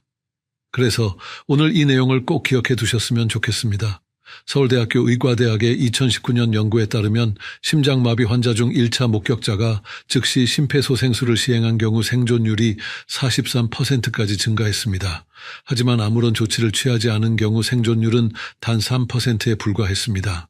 또한 응급실 도착 전 적절한 전처치를 받은 환자들의 신경학적 후유증 발생률이 현저히 낮았습니다. 즉 살아남을 뿐만 아니라 정상적인 생활을 할 수 있는 가능성도 크게 높아진다는 뜻입니다. 이제 혼자 있을 때 심장마비 증상이 나타나면 어떻게 해야 하는지 3가지 핵심 방법을 자세히 알려드리겠습니다. 이 방법들은 실제 응급의학과 전문의들이 권장하는 내용들입니다. 첫 번째는 즉시 119에 신고하는 것입니다. 이것이 가장 중요하고 우선적으로 해야 할 일입니다. 가슴 통증이 시작되면 다른 생각은 하지 마시고 바로 전화를 거세요. 망설이거나 좀 더 지켜보겠다는 생각은 위험합니다. 전화를 걸 때는 침착하게 상황을 설명해야 합니다. 먼저 현재 위치의 정확한 주소를 말씀하세요. 아파트라면 동호수까지 정확히 알려주세요. 집 앞에 특이한 표지물이 있다면 그것도 함께 설명해 주시면 좋습니다. 그 다음에는 현재 느끼고 있는 증상을 구체적으로 설명하세요. 가슴 어느 부위가 아픈지, 어떤 종류의 통증인지, 언제부터 시작되었는지, 다른 동반 증상은 없는지 차례대로 말씀해 주세요. 구급대원이 상황을 정확히 파악할 수 있도록 도와주는 것입니다. 혼자 있다는 사실도 반드시 알려주세요. 이것은 매우 중요한 정보입니다. 구급대원들이 현장에 도착했을 때 문이 잠겨 있거나 응답이 없을 가능성을 대비할 수 있습니다. 가능하다면 현관문을 열어두시거나 열쇠를 쉽게 찾을 수 있는 곳에 두세요. 현재 복용 중인 약물이 있다면 그것도 알려주세요. 특히 심장 관련 약물이나 혈압약, 당뇨약 같은 것들은 응급처치에 영향을 줄 수 있습니다. 약물 알레르기가 있다면 그것도 함께 말씀해 주세요. 구급차가 오는 동안에도 전화를 끊지 마세요. 구급대원이 계속 상태를 확인하고 필요한 지시를 해줄 것입니다. 의식을 잃을까봐 걱정되시더라도 전화를 통해 계속 소통하는 것이 중요합니다. 두 번째는 올바른 자세를 유지하는 것입니다. 많은 분들이 아프면 누워야 한다고 생각하시는데 심장마비의 경우는 다릅니다. 바닥에 눕는 것보다는 앉아있는 자세가 더 좋습니다. 등받이가 있는 의자에 앉거나 벽이나 소파에 기대어 앉으세요. 이때 상체를 약간 앞으로 기울이는 자세가 좋습니다. 완전히 똑바로 앉지 마시고 약간 앞으로 몸을 숙이세요. 이 자세는 심장의 부담을 줄여주고 혈액순환을 도와줍니다. 몸을 조이는 옷들은 모두 풀어주세요. 넥타이가 있다면 풀고 셔츠 단추도 몇 개 풀어주세요. 벨트도 느슨하게 풀어주시면 좋습니다. 브래지어를 착용하신 여성분들도 가능하다면 느슨하게 해주세요. 이렇게 하면 호흡이 편해집니다. 창문을 열어서 신선한 공기가 들어오도록 하세요. 겨울철이라 춥더라도 환기는 필요합니다. 산소 농도가 높은 공기를 마시는 것이 도움됩니다. 선풍기나 에어컨이 있다면 약하게 틀어서 공기가 순환되도록 해주세요. 가능하다면 다리를 심장보다 높게 올려주세요. 의자에 앉아서 다른 의자나 스툴에 다리를 올리시면 됩니다. 이렇게 하면 다리에 있던 혈액이 심장으로 돌아가는 데 도움이 됩니다. 하지만 이것이 불편하다면 억지로 하실 필요는 없습니다. 세 번째는 의식을 유지하기 위해 노력하는 것입니다.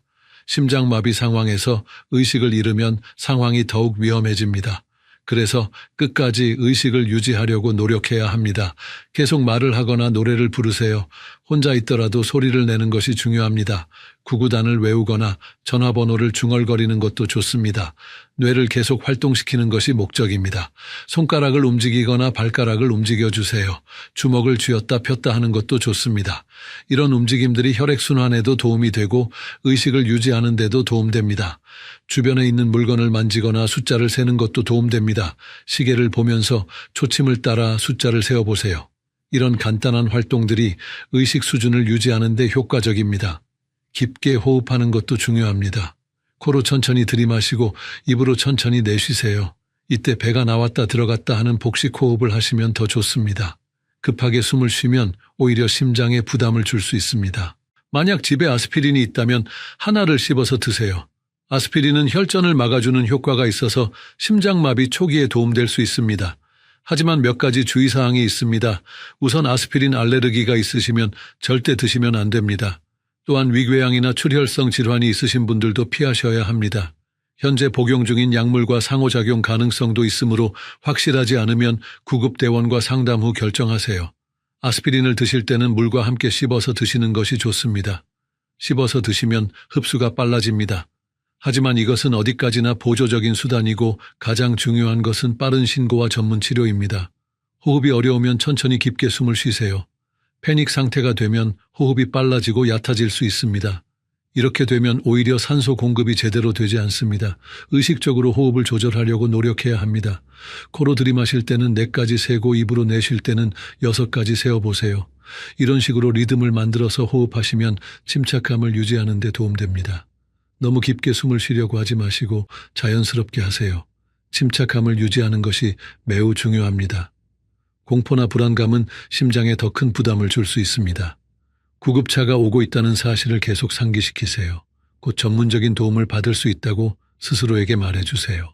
기침을 강하게 하라는 민간요법이 인터넷에 돌아다니는데 이는 위험할 수 있습니다. 기침 심폐소생술이라고 불리는 이 방법은 전문가들이 권하지 않습니다. 강한 기침은 오히려 부정맥을 유발하거나 혈압을 급격히 변화시킬 수 있습니다. 대신 앞서 말씀드린 3가지 방법을 따라하세요. 니트로글리세린 같은 심장약을 평소 처방받아서 가지고 계신 분들이 있습니다. 이런 약물은 의사의 지시에 따라 사용하셔야 합니다. 응급 상황에서도 마찬가지입니다. 구급대원이나 의료진과 상담 없이 임의로 사용하시면 위험할 수 있습니다. 특히 혈압이 낮은 상태에서 니트로글리세린을 사용하면 혈압이 더 떨어져서 쇼크 상태가 될 수 있습니다. 평소 복용하시던 약물이라도 응급 상황에서는 다를 수 있으므로 전문가와 상담하시기 바랍니다. 계절에 따른 주의사항도 알아두시면 좋습니다. 겨울철에는 갑작스러운 온도 변화가 심장에 큰 부담을 줍니다. 따뜻한 실내에서 차가운 바깥으로 나갈 때 혈관이 급격히 수축하면서 심장마비 위험이 높아집니다. 목욕 후 탈의실과 욕실의 온도 차이도 위험합니다. 특히 새벽 시간에 화장실에 가실 때 조심하셔야 합니다. 따뜻한 이불 속에서 차가운 화장실로 이동할 때 온도 차이가 10도 이상 날 수 있습니다. 겨울철 운동할 때도 주의가 필요합니다. 갑자기 찬 공기를 마시면서 운동하면 심장에 무리가 갈 수 있습니다. 실외 운동 전에는 충분한 준비 운동을 하시고 점진적으로 강도를 높이세요. 가능하면 실내에서 운동하시는 것이 더 안전합니다. 여름철에는 탈수와 더위로 인한 스트레스가 심장마비 위험을 높입니다. 땀을 많이 흘리면 혈액이 진해져서 혈전이 생기기 쉬워집니다. 충분한 수분 섭취가 매우 중요합니다. 하루에 8잔 이상의 물을 드시기를 권합니다. 에어컨 사용으로 천을 조절하는 것도 중요합니다. 하지만 실내외 온도 차이가 너무 크면 오히려 위험할 수 있습니다. 실내 온도는 실외 온도보다 5도에서 7도 정도 낮게 설정하시는 것이 좋습니다. 무더운 낮 시간대인 오전 11시부터 오후 3시까지는 외출을 피하시는 것이 좋습니다. 이 시간대에 꼭 외출해야 한다면 모자나 양산을 사용하시고 그늘진 곳을 이용하세요. 짧은 거리라도 자동차를 이용하시는 것이 안전합니다. 봄과 가을에도 일교차가 클 때 주의하셔야 합니다. 아침 저녁으로 기온이 많이 떨어지는 날에는 옷을 여러 겹 입어서 천 조절을 하세요. 특히 새벽 운동을 하시는 분들은 충분히 몸을 따뜻하게 하고 나가세요. 평소 심장 관련 약물을 복용하시는 분들은 정해진 시간에 정확한 용량을 드셔야 합니다. 약을 거르거나 임의로 양을 조절하시면 안 됩니다. 여행이나 외출 시에도 꼭 챙기시고 여분의 약을 준비해 두세요. 니트로글리세린을 처방받으신 분은 항상 휴대하시고 사용법을 정확히 숙지해 두세요. 유효기간도 주기적으로 확인하시고 직사광선을 피해서 보관하세요. 응급시 사용법을 가족들에게도 알려두시면 좋습니다. 하지만 니트로글리세린과 혈압약을 함께 복용할 때는 주의가 필요합니다. 혈압이 너무 떨어질 수 있기 때문입니다. 평소 혈압이 낮으신 분들은 특히 조심하셔야 합니다. 혈압약을 드시는 분들은 갑자기 약을 중단하면 절대 안 됩니다. 리바운드 현상으로 혈압이 급격히 오를 수 있습니다. 이는 심장마비나 뇌졸중의 위험을 크게 높입니다. 부작용이 있더라도 의사와 상담 후 서서히 줄여나가야 합니다. 당뇨약을 복용하시는 분들도 마찬가지입니다. 혈당 조절이 잘못되면 심장에 부담을 줄 수 있습니다. 정기적으로 혈당을 측정하시고 식사 시간도 규칙적으로 지키세요. 아스피린을 평소 복용하시는 분들은 출혈 위험을 주의하셔야 합니다. 작은 상처라도 피가 오래 날 수 있습니다. 수술이나 치과 치료 전에는 반드시 의료진에게 아스피린 복용 사실을 알려주세요. 많은 분들이 궁금해하시는 질문들에 답변해 드리겠습니다. 이런 질문들은 실제로 응급실에서 환자분들이나 가족분들이 자주 하시는 것들입니다. 첫 번째 질문입니다. 심장마비와 심근경색은 같은 것인가요? 엄밀히 말하면 조금 다릅니다. 심근경색은 심장 혈관이 막혀서 심장 근육이 죽는 것이고 심장마비는 심장이 갑자기 멈추는 것입니다. 하지만 일반적으로는 비슷한 의미로 사용됩니다. 심근경색이 생기면 심장마비로 이어질 수 있고 심장마비의 원인 중 상당수가 심근경색입니다. 그래서 증상이나 대처법은 거의 비슷합니다.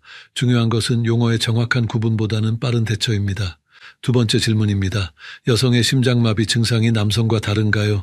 네, 맞습니다. 여성은 전형적인 가슴 통증보다는 다른 증상이 먼저 나타나는 경우가 많습니다. 메스꺼움이나 구토, 어지러움 같은 증상이 더 흔합니다. 목이나 턱, 어깨 등 위쪽 부위의 통증도 여성에게 더 자주 나타납니다. 이런 증상들은 다른 질병으로 오해하기 쉬워서 진단이 늦어지는 경우가 많습니다. 여성분들은 이런 비전형적 증상들도 주의 깊게 살펴보셔야 합니다. 또한 여성은 당뇨병이나 고혈압이 있을 때 심장마비 위험이 남성보다 더 크게 증가합니다. 폐경 후에는 여성 호르몬 감소로 인해 심장병 위험이 급격히 높아집니다. 정기적인 건강검진이 더욱 중요합니다. 세 번째 질문입니다. 평소 운동을 하면 심장마비를 예방할 수 있나요? 규칙적인 유산소 운동은 심장 건강에 매우 좋습니다. 심장 근육을 강화하고 혈액순환을 개선하며 콜레스테롤 수치를 낮춰줍니다. 하지만 갑작스러운 고강도 운동은 오히려 위험할 수 있습니다. 평소 운동을 하지 않던 분이 갑자기 무리한 운동을 하면 심장마비 위험이 일시적으로 높아집니다. 본인의 체력 수준에 맞는 운동을 꾸준히 하시는 것이 중요합니다. 일주일에 3번 이상 30분씩 걷기 운동을 하시면 심장마비 위험을 30% 이상 줄일 수 있습니다. 수영이나 자전거 타기 같은 유산소 운동도 좋습니다. 하지만 운동 전에는 반드시 의사와 상담받으시기 바랍니다. 네 번째 질문입니다. 스트레스가 정말 심장마비를 유발하나요? 네, 스트레스는 심장마비의 중요한 위험 요인 중 하나입니다. 만성적인 스트레스는 혈압을 높이고 동맥경화를 촉진합니다. 또한 염증 반응을 증가시켜서 혈관 건강을 해칩니다. 급성 스트레스도 문제입니다. 갑작스러운 충격이나 분노는 혈관을 수축시키고 혈압을 급격히 올립니다. 실제로 지진이나 전쟁 같은 극심한 스트레스 상황에서 심장마비 발생률이 크게 증가한다는 연구 결과들이 있습니다. 스트레스 관리는 심장 건강의 핵심입니다. 규칙적인 운동과 충분한 수면 명상이나 요가 같은 이완요법이 도움됩니다. 취미 활동이나 사회적 관계도 스트레스 해소에 중요한 역할을 합니다. 가족이나 친구들과의 대화도 스트레스 해소에 도움됩니다. 혼자 속으로만 끙끙 앓지 마시고 주변 사람들과 마음을 나누세요. 전문적인 상담이 필요하다면 주저하지 마시고 도움을 받으세요. 5번째 질문입니다. 심장마비 가족력이 있으면 나도 위험한가요? 유전적 요인은 분명히 있습니다. 부모나 형제자매 중에 심장병 환자가 있으면 위험도가 높아집니다. 특히 젊은 나이에 심장병을 앓은 가족이 있다면 더욱 주의해야 합니다. 하지만 유전적 요인이 전부는 아닙니다. 생활 습관을 개선하면 위험도를 크게 줄일 수 있습니다. 금연과 금주, 규칙적인 운동과 건강한 식습관, 스트레스 관리 등이 중요합니다. 정기적인 건강검진도 필수입니다. 가족력이 있으신 분은 일반인보다 더 자주 검사 받으시는 것이 좋습니다. 혈압과 콜레스테롤, 혈당 수치를 정기적으로 확인하시고 이상이 있으면 조기에 치료받으세요. 6번째 질문입니다. 나이가 들면 심장마비 위험이 얼마나 높아지나요? 나이는 피할 수 없는 위험 요인입니다. 60세 이후부터 심장마비 위험이 급격히 증가합니다. 남성은 45세 이후, 여성은 55세 이후부터 위험도가 높아지기 시작합니다. 하지만 나이가 많다고 해서 포기할 필요는 없습니다. 80세 이상의 고령자도 적절한 치료를 받으면 좋은 결과를 얻을 수 있습니다. 중요한 것은 평소 건강관리와 정기검진입니다. 오늘 알려드린 내용을 다시 한번 차근차근 정리해 드리겠습니다. 혼자 있을 때 심장마비 증상이 나타나면 가장 먼저 해야 할 일은 즉시 119에 신고하는 것입니다. 망설이지 마시고 바로 전화를 거세요. 2번째로는 올바른 자세를 유지하는 것입니다. 바닥에 눕지 말고 의자에 앉거나 벽에 기대어 앉으세요. 조이는 옷들은 풀어주시고 창문을 열어서 신선한 공기가 들어오도록 하세요. 3번째로는 의식을 잃지 않도록 노력하는 것입니다. 계속 말을 하거나 노래를 부르세요. 손가락이나 발가락을 움직이고 천천히 깊게 숨을 쉬세요. 이 3가지만 기억하셔도 생존 가능성을 크게 높일 수 있습니다. 예방이 무엇보다 중요하다는 점도 잊지 마세요. 정기적인 건강검진과 꾸준한 운동, 건강한 식습관이 심장마비를 막는 최선의 방법입니다. 금연과 금주도 필수입니다. 스트레스 관리와 충분한 수면도 중요합니다. 평소 응급 상황에 대비해서 준비해 둘 것들도 있습니다. 핸드폰을 항상 손에 닿는 곳에 두시고 응급 연락처를 저장해 두세요. 복용 중인 약물 목록을 정리해서 쉽게 찾을 수 있는 곳에 보관하세요. 지금부터 7일 동안 실천해 보실 수 있는 간단한 도전을 제안합니다. 이 도전들은 응급 상황에 대비하는 데 도움이 될 것입니다. 첫째, 집 안에서 핸드폰을 항상 손에 닿는 곳에 두세요. 화장실에 갈 때도 가져가시고 잠들 때도 침대 옆에 두세요. 충전기도 여러 곳에 비치해서 배터리가 떨어지지 않도록 하세요. 둘째, 가족이나 이웃에게 오늘 배운 내용을 한 가지씩 알려주세요. 응급 상황에서는 주변 사람들의 도움이 중요합니다. 혹시 모를 상황에 대비해서 서로 안전을 확인하는 방법도 정해두세요. 셋째, 응급 상황 대비용품을 한 곳에 모아두세요.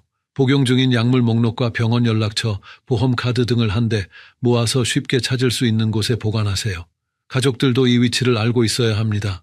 넷째, 집안의 위험 요소들을 점검해 보세요. 미끄러운 바닥이나 걸릴 수 있는 물건들을 정리하세요. 조명도 충분한지 확인하고 필요하면 야간 조명을 설치하세요.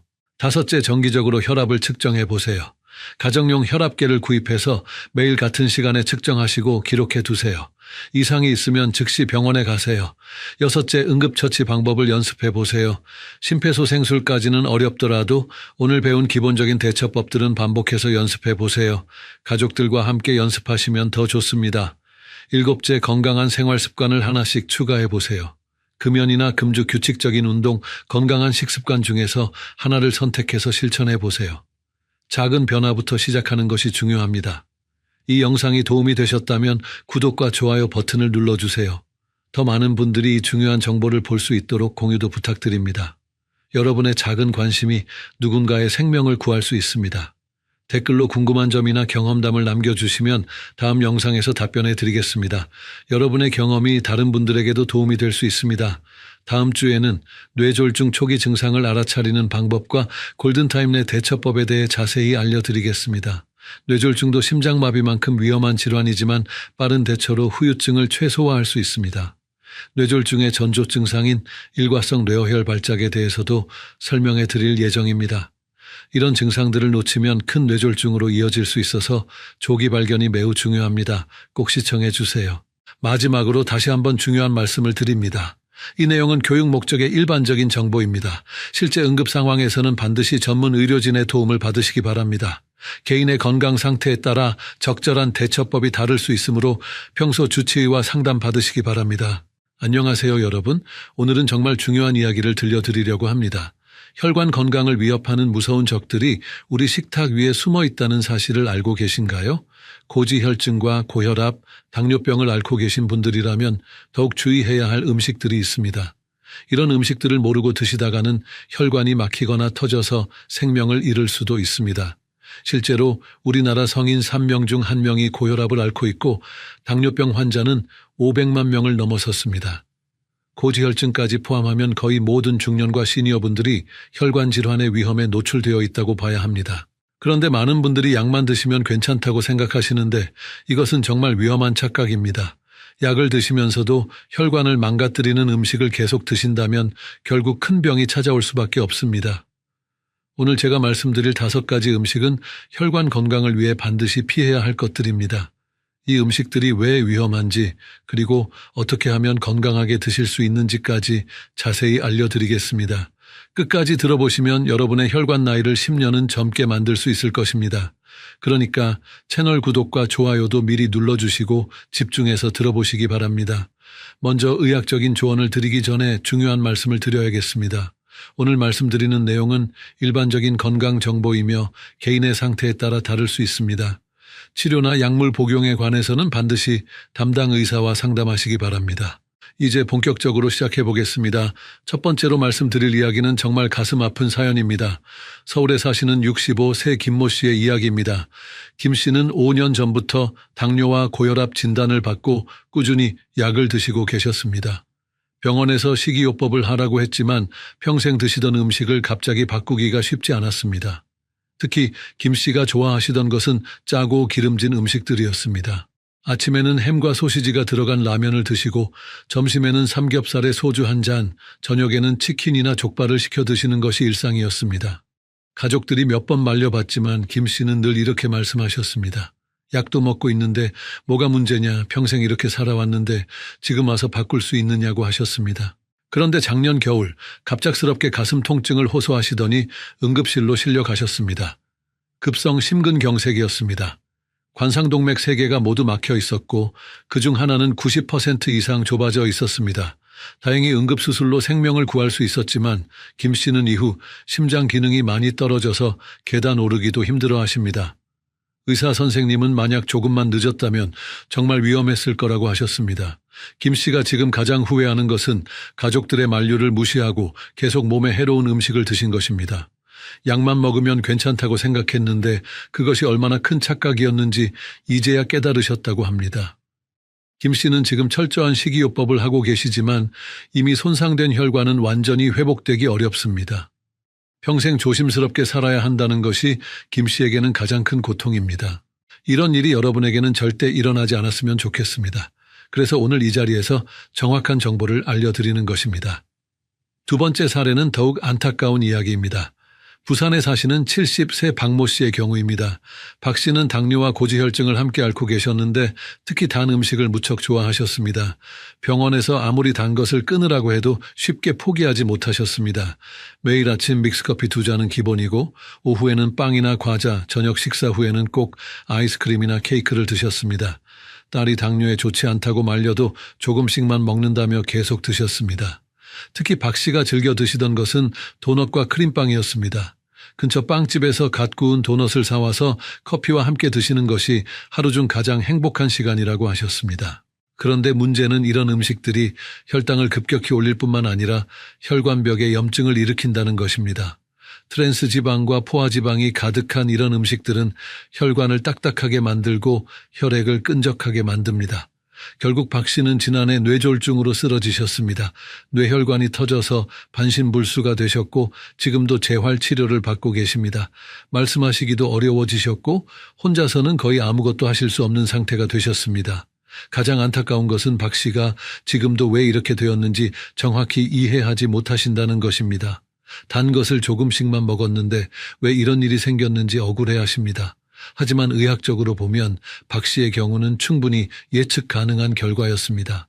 당뇨 환자가 지속적으로 고당분 고지방 음식을 섭취하면 혈관 손상이 가속화되기 때문입니다. 세 번째는 더욱 충격적인 사례입니다. 대구에 사시는 68세 이모 씨는 고혈압과 당뇨를 동시에 앓고 계셨습니다. 이 씨는 특별히 짠 음식을 좋아하셨습니다. 김치찌개나 된장찌개를 끓일 때도 다른 사람들보다 훨씬 많은 소금을 넣으셨고 젓갈이나 장아찌 같은 짠 반찬을 즐겨 드셨습니다. 또한 라면을 무척 좋아하셨는데 특히 짜장라면이나 해물라면처럼 나트륨 함량이 높은 것들을 자주 드셨습니다. 밤늦게 출출할 때 라면 한 봉지를 끓여 드시는 것이 습관이었습니다. 가족들이 짠 음식이 혈압에 좋지 않다고 말씀드려도 이 씨는 싱거운 음식은 먹을 맛이 나지 않는다며 계속 짜게 드셨습니다. 그러던 어느 날 새벽 이 씨는 극심한 두통과 함께 의식을 잃으셨습니다. 가족이 발견해서 응급실로 모셨지만 이미 뇌출혈이 광범위하게 일어난 상태였습니다. 혈압이 220까지 올라가 있었고 뇌압도 심하게 높아진 상태였습니다. 응급수술을 받으셨지만 결국 의식을 회복하지 못하시고 한 달 만에 돌아가셨습니다. 의사 선생님은 지속적인 고나트륨 섭취로 인해 혈관벽이 두꺼워지고 탄력을 잃어서 결국 터지게 된 것이라고 설명해 주셨습니다. 만약 평소에 저염식을 하셨다면 충분히 예방할 수 있었던 안타까운 경우였습니다. 이제 왜 이런 무서운 일들이 일어나는지 자세히 설명해 드리겠습니다. 고지혈증과 고혈압, 당뇨병은 모두 혈관을 손상시키는 질환들입니다. 혈관은 우리 몸의 고속도로와 같습니다. 혈액이라는 자동차가 온몸을 돌아다니면서 영양분과 산소를 공급하는 중요한 역할을 합니다. 그런데 잘못된 음식을 계속 드시면 이 고속도로가 점점 좁아지고 막히게 됩니다. 먼저 고지혈증에 대해 말씀드리겠습니다. 고지혈증은 혈액 속에 기름기가 너무 많은 상태를 말합니다. 특히 나쁜 콜레스테롤이라고 불리는 저밀도 지단백 콜레스테롤이 높아지면 혈관벽에 쌓이기 시작합니다. 이것을 동맥경화라고 하는데 혈관벽이 두꺼워지고 딱딱해지면서 혈액이 지나갈 공간이 점점 줄어듭니다. 마치 수도관에 때가 끼는 것과 같은 현상입니다. 2023년 대한심장학회 발표에 따르면 우리나라 성인의 40%가 고지혈증을 앓고 있다고 합니다.